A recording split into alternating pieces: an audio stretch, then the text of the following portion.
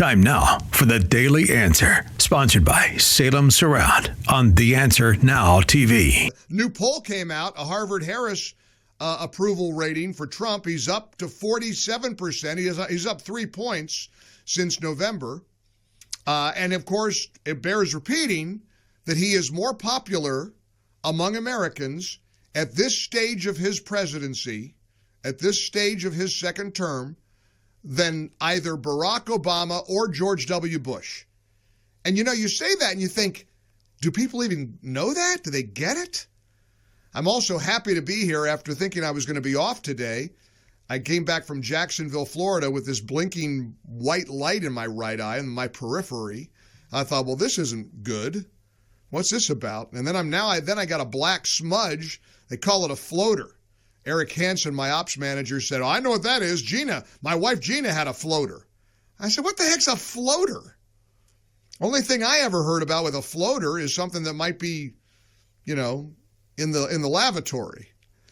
So I call my doctor, and then I go to ChatGPT. A hypochondriac like me should never go to ChatGPT or Grok. Grok and ChatGPT said, yep, that's probably a torn retina, or if it's not a torn retina, it's something that you really don't need to be worried about. Let me get the right term here for you medical fans. A posterior vitreous detachment, or PVD, and that's apparently what I have, where the retina is kind of loose, but it's not a tear, and I should be okay. And the doctor advised me this morning, don't do any heavy lifting or strenuous physical activity. I said, yes, sir. You got it. I can handle that. I can absolutely I will be a model patient. No strenuous physical activity for me. And I said to him, that's for the rest of my life, right? He said, well, no, not the rest of your life, just a couple of weeks. But anyhow, thanks for Joey Hudson for helping out a little bit today. And I decided to come in since all I have now is just some blurred vision from the eye drops they gave me to dilate my pupils for the exam, but no tear, thank goodness. I was talking to Christian, our video producer, before the show about this mess that has broken out with all of these colorful characters. Everybody's going at each other. Megyn Kelly and Candace Owens and Nick Fuentes and Marjorie Taylor Greene, and who am I missing? There's more.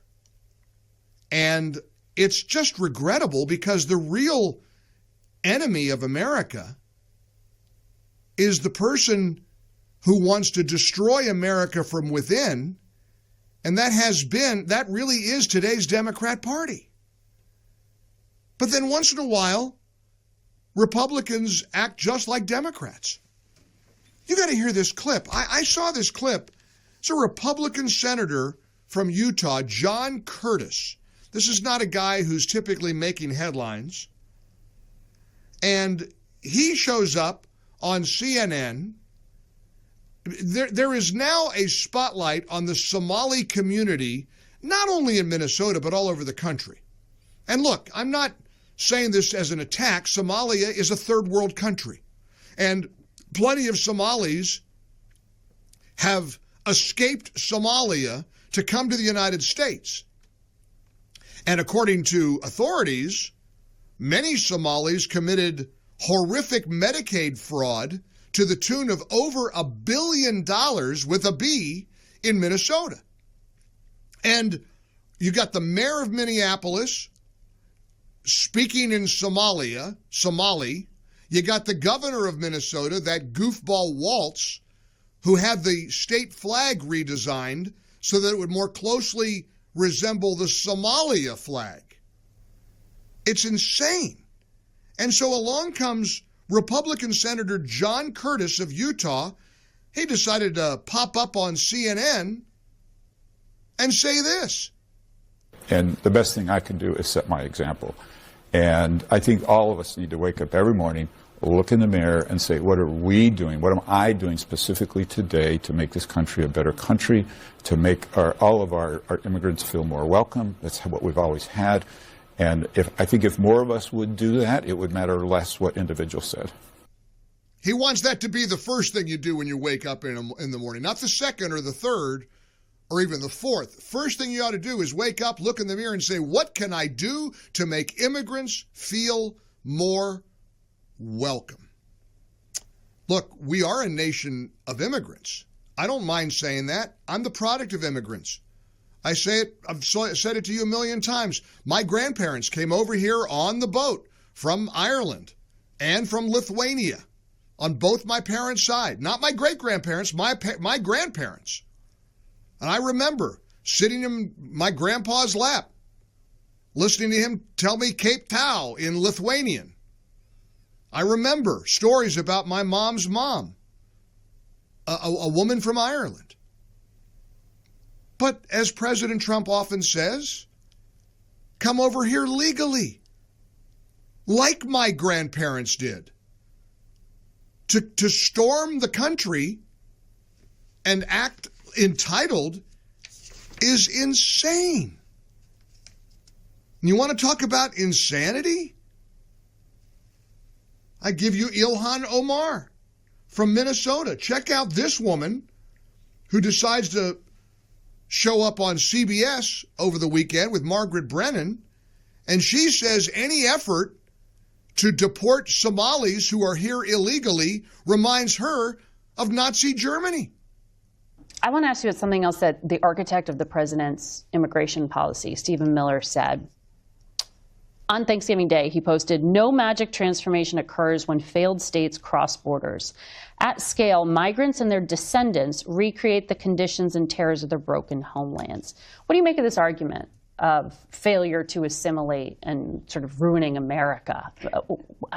How do you understand this? I mean, when I think about Stephen Miller and his white supremacist rhetoric, it reminds me, yes, it reminds me of the way the Nazis described Jewish people in Germany. And you know, as we know, there have been many immigrants who have tried to come to the United States who've turned back, one of them being Jewish immigrants. We know the way that people were described who were coming from Ireland, Irish immigrants. We know the way in which people were described back then when they were Italian immigrants.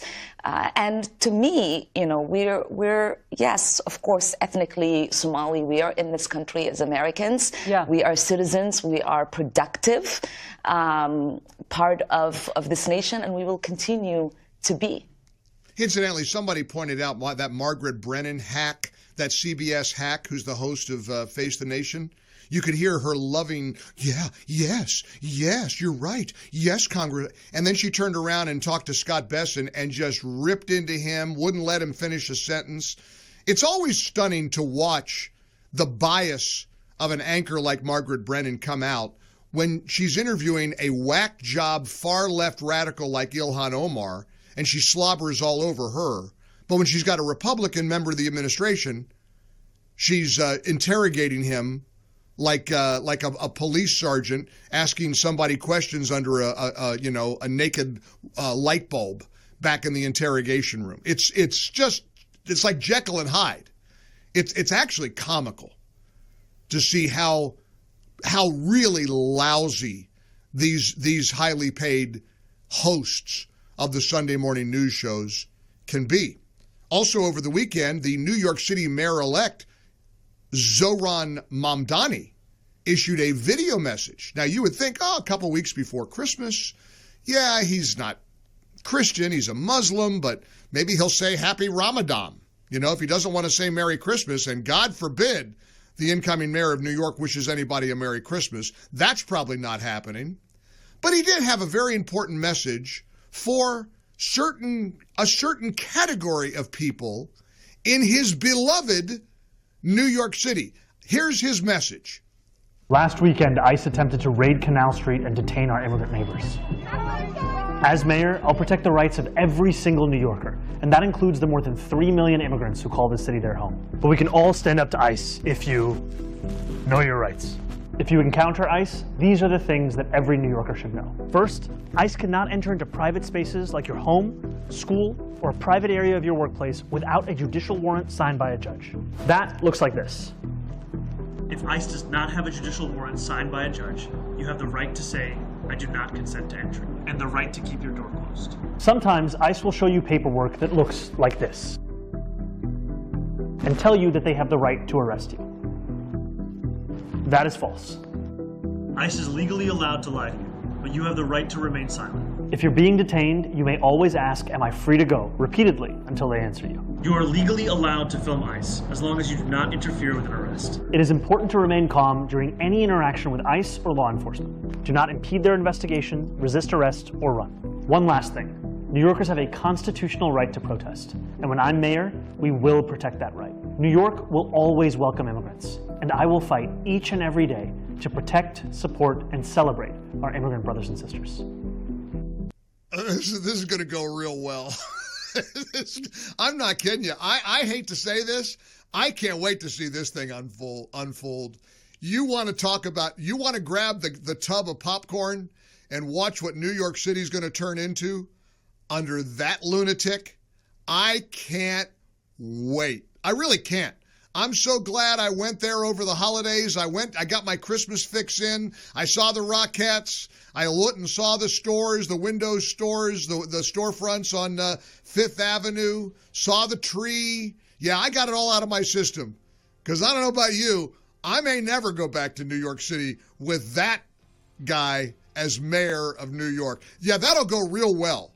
Encouraging illegals to fight back and to avoid detection. And here's all that you got to do. Oh, nothing will go wrong there. Nothing will happen there. And then the irony is, if something does happen to an illegal because they're fighting back with ICE and they wind up getting hurt, he'll blame ICE. He'll never look at his own words as being part of the problem. Hey, progressives, be careful what you wish for, because you're going to get it. Boy, are you going to get it. Welcome in. Here's our number, 800-655-MIKE. We're in the Relief Factor Studios. Great to have you here on a Monday, December the 8th episode of The Mike Gallagher Show. 800-655-6453. One number does it all. Call or text. Join us. For full shows, live and on demand, it's Salem News Channel. Stay informed anytime, anywhere with the Salem News Channel and 9:30 a.m. TheAnswer.com. This has been The Daily Answer, sponsored by Salem Surround on The Answer Now TV.